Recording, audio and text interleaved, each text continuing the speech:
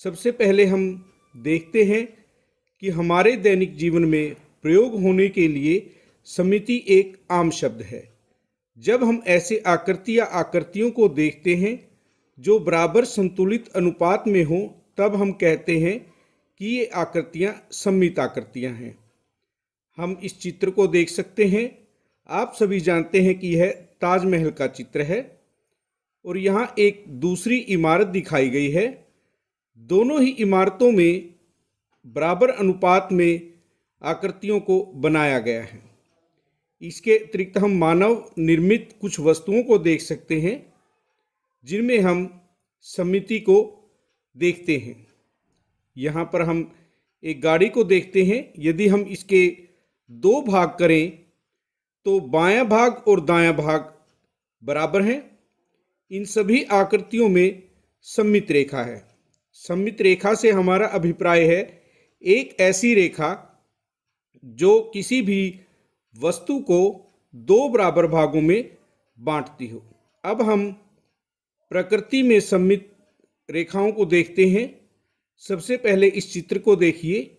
यदि हम इस चित्र के बीचों बीच एक रेखा को खींचें तो इसका बायां और दायां दोनों ही भाग बराबर होंगे। इसीलिए हम कह सकते हैं कि खींची गई बिंदु की रेखा सममिति रेखा है। इसी प्रकार यदि हम दूसरी आकृति में देखें तो हम देखेंगे कि यहाँ भी ऊपर और नीचे का भाग इस बिंदु की रेखा के बराबर बना हुआ है, तो हम कह सकते हैं यह भी एक सममित रेखा है। यहाँ हमारे पास एक पत्ता दिखाया गया है जिसके बाएं और दाएं भाग बराबर हैं। दिखाई गई बिंदु की रेखा एक सममित रेखा है। यहाँ एक और पत्ते को दिखाया गया है जिसमें हम एक बिंदु की रेखा के माध्यम से बाएं और दाएं भाग को बराबर दिखा सकते हैं। आज हम इसे एक एक्टिविटी के माध्यम से करेंगे जिससे आप आसानी से सममिति रेखा के बारे में जान सकेंगे। प्यारे बच्चों, हम दो पंक्तियों से आज की शुरुआत करेंगे। लहरों से डरकर नौका कभी पार नहीं होती, कोशिश करने वालों की कभी हार नहीं होती। आपको कोरोना महामारी की चुनौती से भी लड़ना है और अपनी पढ़ाई को भी आगे जारी रखना है। उम्मीद है आप इन चुनौतियों का सामना करते हुए अपने आप को पढ़ाई में जरूर आगे लाएंगे। और आज हम सममित रेखा में सममित आकृतियों को बनाना सीखेंगे। इसके लिए दो विधियों का प्रयोग करेंगे, इंक प्लॉट डेविस और शाही धागा प्रयोग। सबसे पहले हम इंक प्लॉट डेविस का प्रयोग करते हैं। मैंने शाही ली है और उसके बाद मैंने एक कागज को फोल्ड कर दिया है। इसके अंदर यदि मैं इस शाही को डाल दूं और उसके बाद इसे हल्का सा प्रेस करूं, उसके बाद आप देखेंगे कि आपको इस तरह की आकृति प्राप्त होगी। जहां से हमने इस कागज को फोल्ड किया था वो हमारी सममित रेखा होगी और आप देखेंगे कि इस फोल्ड के जो हमने इस प्रकार लिया था, इसके दोनों की ओर की हमारी जो आकृति है वो एक जैसी बनेगी। इस प्रकार हम कह सकते हैं कि यह हमारी सममित रेखा होगी। आप इस प्रकार की बहुत सी आकृतियों को बना सकते हैं और इसके लिए जरूरी नहीं है कि आप उसे सीधा ही मोड़ें। आप इस प्रकार तिरछा मोड़कर एक वर्गाकार शीट को लें और उसे तिरछा मोड़ें। इसके बाद आप एक बार फिर से देखेंगे कि हम शाही का प्रयोग करेंगे और उसके बाद इसे इस प्रकार फोल्ड करेंगे। आप देखेंगे कि इस फोल्ड के दोनों ओर की आकृति बिल्कुल एक जैसी बनी है और यह हमारी सममित रेखा होगी जो हमारा फोल्ड था, क्योंकि इसने दोनों ही तरफ एक जैसा आकार बनाया है। अब हम शाही धागे के प्रतिरूप का प्रयोग करेंगे।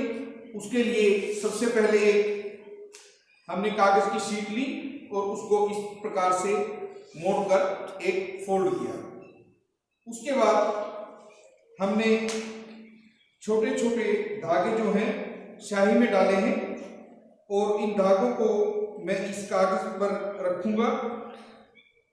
इस प्रकार आप उसे किसी भी प्रकार से रख सकते हैं।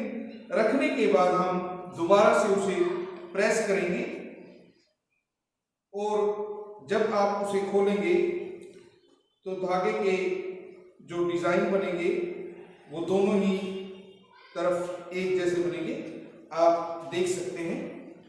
इसके बाद एक और प्रयोग आप कर सकते हैं। सबसे पहले एक कागज लीजिए और इस बार हम धागे के टुकड़ों के बजाय एक बड़ा धागा लेंगे। आप इस प्रकार एक बड़ा धागा लीजिए और उसको स्याही में डाल दीजिए। इसके अंदर स्याही के लिए आप कलर्स का प्रयोग भी कर सकते हैं। किसी भी प्रकार के रंगों का प्रयोग करने के बाद आप आकृतियां बना सकते हैं। देखिए, इस धागे को मैंने ब्लैक कलर की इंक से बिल्कुल पूरी तरह से रंग दिया है। उसके बाद हमें क्या करना है, इस धागे की सिलवटों को खोल लेना है और अब इस धागे को हम इस कागज के अंदर इस प्रकार से डालेंगे। किसी भी प्रकार आप उसका डिजाइन बना सकते हैं।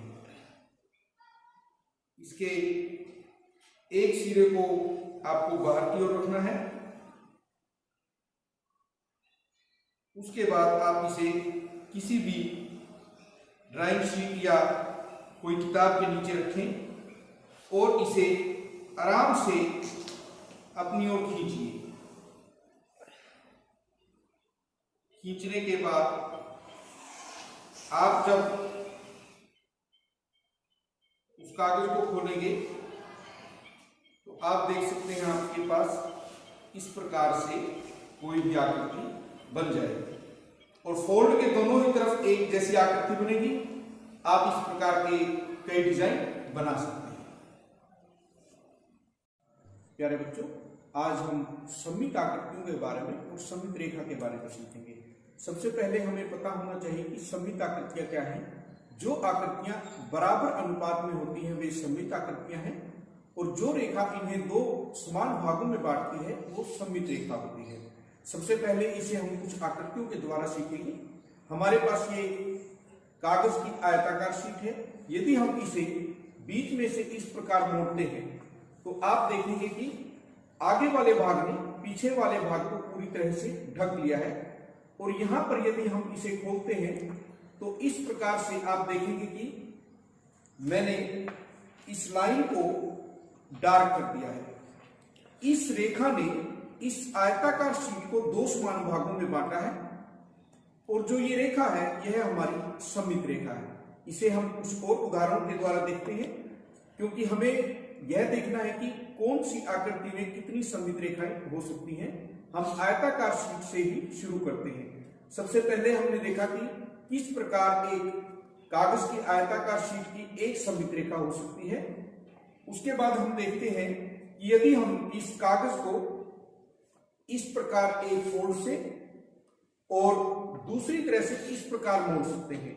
दोनों ही प्रकार से हम देखते हैं कि सामने वाले भाग ने पीछे वाले भाग को ढक लिया है और जब हम इसे खोलते हैं तो इस प्रकार की दो रेखाएं हमारे पास हो सकती हैं।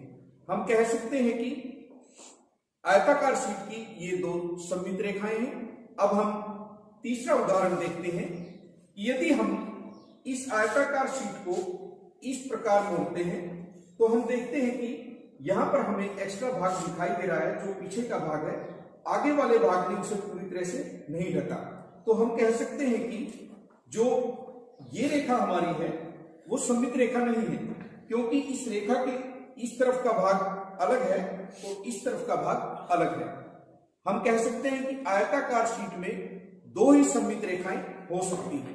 अब हम एक वृत्ताकार शीट को लेते हैं। यदि हम इस वृत्ताकार शीट को बीच में से मोड़ दें तो आप देखेंगे कि इस प्रकार बीच से मोड़ने पर आयताकार शीट की तरह ही सामने के भाग ने पीछे के भाग को पूरी तरह से ढक लिया है और हम यदि इसे खोलते हैं तो इस प्रकार हमें एक यहां पर रेखा दिखाई देगी जो हमारी सममित रेखा है। इसे हम दूसरी शीटों पर दिखा सकते हैं और इस रेखा को यदि हम पेन की सहायता से बनाएं तो यह हमें इस प्रकार की दिखाई देगी। अब बात आती है कि आयताकार शीट में 2 सममित रेखाएं थी और वृत्ताकार शीट में कितनी सममित रेखाएं हमारे पास हो सकती हैं। आइए हम इसे दूसरे प्रकार से मोड़ कर देखते हैं। एक और वृत्ताकार शीट हमने ली और उसे इस प्रकार से मोड़ा। फिर हम इसे खोलने के बाद दूसरे सिरे की तरफ मोड़ते हैं तो हम देखते हैं कि इसमें खोलने के बाद 2 रेखाएं हो सकती हैं और यदि हम इन्हें दिखाएं तो यह इस प्रकार आपको दिखाई देगा। आप देखिए ये दोनों ही वृत्त के व्यास होते हैं जो केंद्र से होकर गुजरते हैं। क्या आप वृत्त के इनसे अधिक व्यास खींच सकते हैं? आइए देखते हैं। हम एक और वृत्ताकार शीट को लेते हैं, उसे इस प्रकार मोड़ा, सामने के भाग ने पीछे के भाग को पूरी तरह से ढक लिया। उसके बाद खोलने के बाद इसे इस प्रकार मोड़ लिया। हमारे पास पहले की तरह ही सामने के भाग ने पीछे के भाग को पूरी तरह से ढक लिया है। उसे दूसरी तरह से मोड़ते हैं। इसे हम इस बार इस प्रकार मोड़ कर देखते हैं। इस बार भी हमारे पास उसी प्रकार भाग बने हैं। उसके बाद हम इसे दूसरी तरफ मोड़ते हैं और आप देखेंगे कि आप कितनी बार भी वृत्ताकार शीट को यदि मोड़ते हैं तो आपको सममित रेखा प्राप्त होती है। और हम इसे खोलने के बाद देख सकते हैं कि हमारे पास इस तरह से अनेक सममित रेखाएं हो सकती हैं, क्योंकि वृत्त पर हमारे पास अनेक बिंदु हैं। जब भी हम 2 सामने के बिंदुओं को लेके इसे मोड़ेंगे तो हमें एक नई सममित रेखा प्राप्त होगी। अब हम त्रिभुजों की बात करते हैं। सबसे पहले देखिए हमारे पास ये एक समद्विबाहु त्रिभुज है।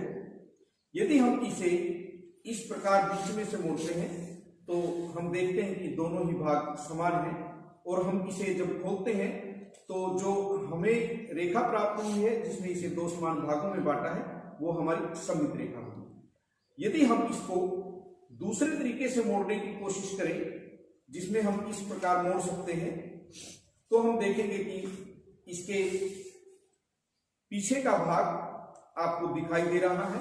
इसलिए हम कह सकते हैं कि जो ये रेखा थी ये इसकी सममित रेखा नहीं है। इस समद्विबाहु त्रिभुज की सममित रेखा 1 होगी। अब हम समबाहु त्रिभुज की बात करते हैं। ये हमारे पास एक समबाहु त्रिभुज है जिसकी सभी भुजाएं बराबर है। सबसे पहले हमने इसे इस प्रकार मोड़ा और आगे के भाग ने पीछे के भाग को पूरी तरह से ढक लिया। आप दूसरे किस तरीके से इसे मोड़ सकते हैं?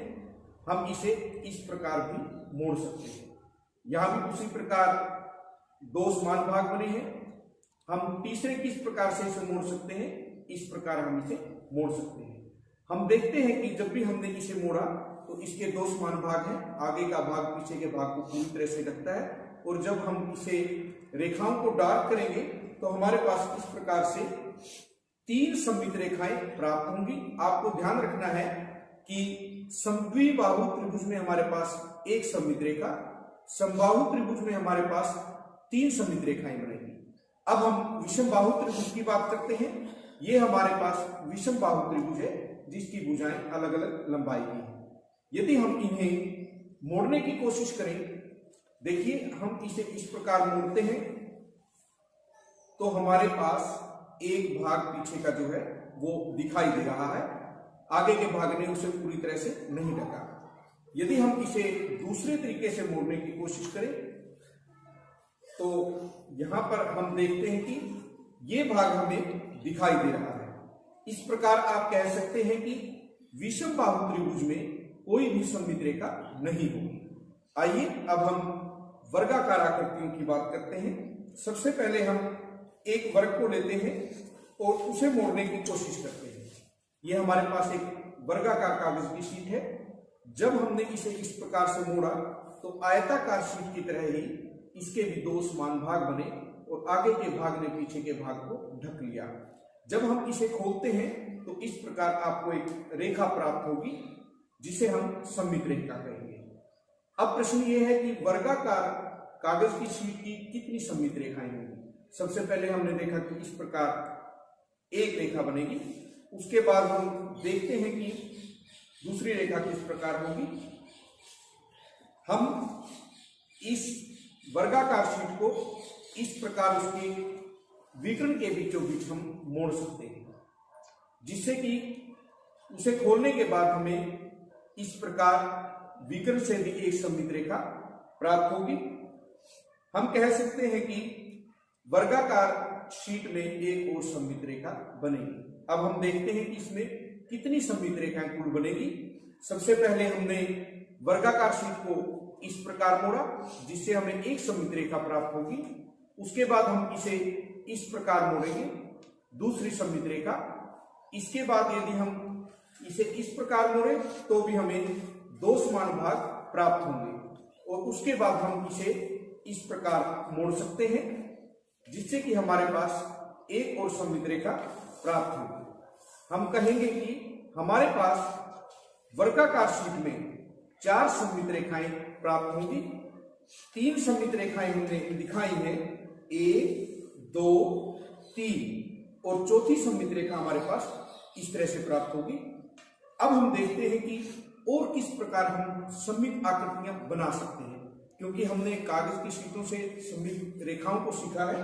उसके लिए सबसे पहले हम एक कागज को लेंगे। यहां पर मैंने एक कागज को इस तरह से फोल्ड कर दिया है।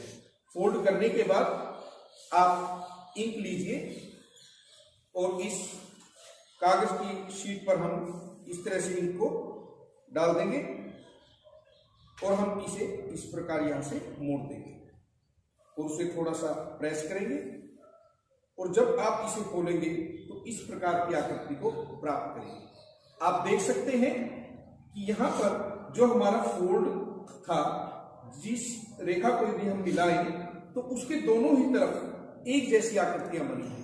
यदि आप इस रेखा को लें तो आप कह सकते हैं कि यह आपकी एक सममित रेखा। इसके अलावा आप बहुत सी आकृतियां बना सकते हैं और देख सकते हैं कि सममित आकृति आप किस प्रकार लेंगे। आपको एक और उदाहरण की सहायता से बताते हैं। देखिए, ये हमने एक कागज की शीट ली है, और यदि आप इस पर कोई भी छेद करेंगे तो किस प्रकार वो छेद सममित आकृति में बदल जाएंगे।